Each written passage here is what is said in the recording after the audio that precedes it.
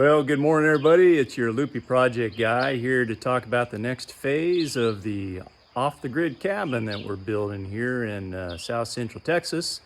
Welcome. So first off, just to remind you of the views and the reason for building the cabin where we have here. The trees are all coming out and it's looking like we're actually sitting in a tree house here. It's just a wonderful view.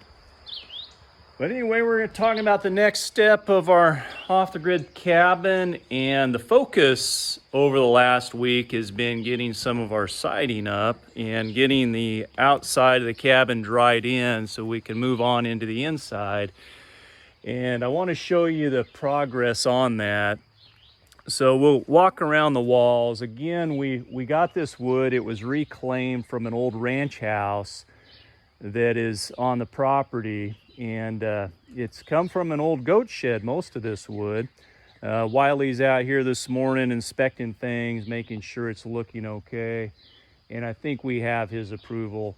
But just some rich, pretty old wood, and we'll put a sealer on this after it's all up and done. But as I mentioned, it has a nice lap in the wood to prevent moisture from getting back against the Tyvek.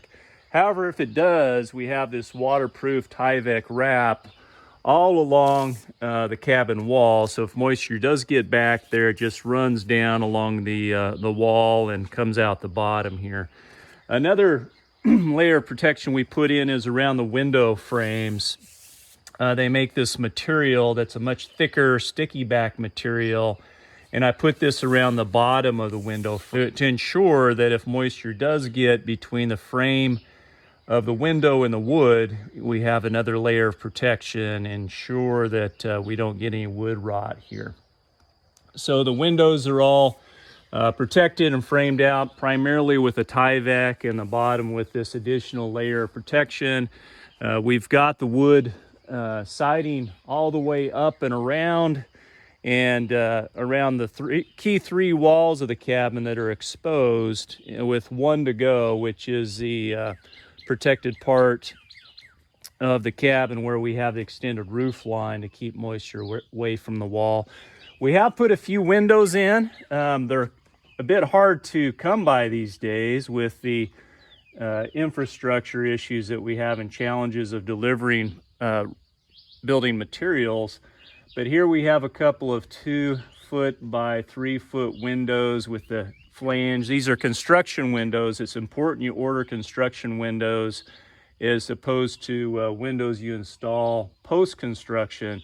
So they have this nice flange where you can just secure them in place, and then we'll come back and put trim around the windows to finish them out and make them look nice. But we've got these two windows in place and ready to go for the trim. We've installed a little decking step here to get into the utility room to make that a little more accessible. We do have the door, and we'll be installing it in short order. We have a bathroom window here, same thing. It has a nice flange for securing the window into the hole, and then we'll be trimming it out. The other thing that's important to think about is we did put in an access hole up here for the attic.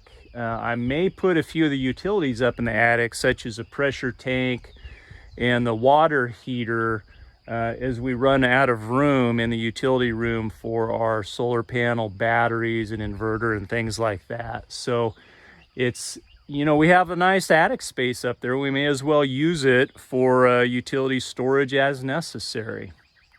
So this is the third wall that we've completed of the four. Again, it turned out very nice and attractive. And the last thing we did since our last video was we have completed the roof. So let me get around here an angle where you can see it. We put in a metal standing seam roof, and I will tell you this is the one part of the project that I did not do myself.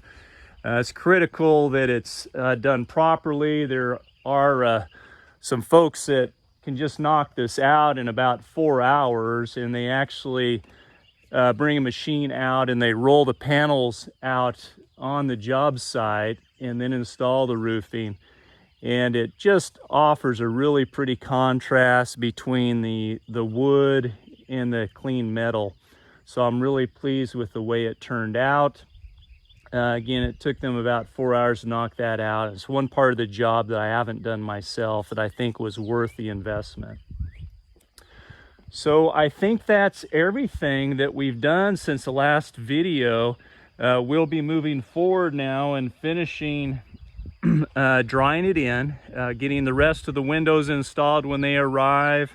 We'll be putting in the doors and other windows, and then we'll be putting a trim edge around the windows, around the doors, and then some of the joints, like the corners of the walls, we'll be trimming those out with 2.5, 3-inch boards, something like that.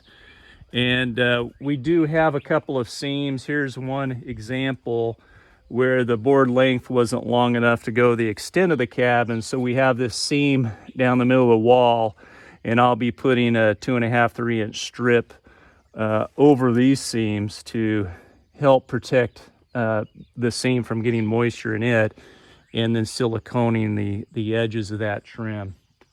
And then we'll be done with the outside.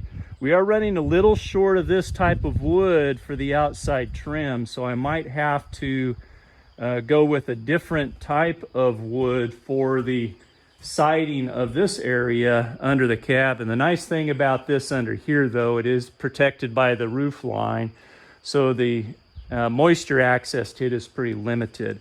But we'll still put the Tyvek on, and we'll put some siding in that's a little more interesting. So I'll show you that as we proceed. And then we'll move inside and start doing the electrical and plumbing utilities, getting all that installed before we move forward to installing the insulation and the rest of the interior. So that's kind of the latest update we have for you. This is a Loopy project guy. I hope you enjoyed this video. If so, give me a thumbs up, and look forward to seeing you next time. God bless from the hill country of Texas.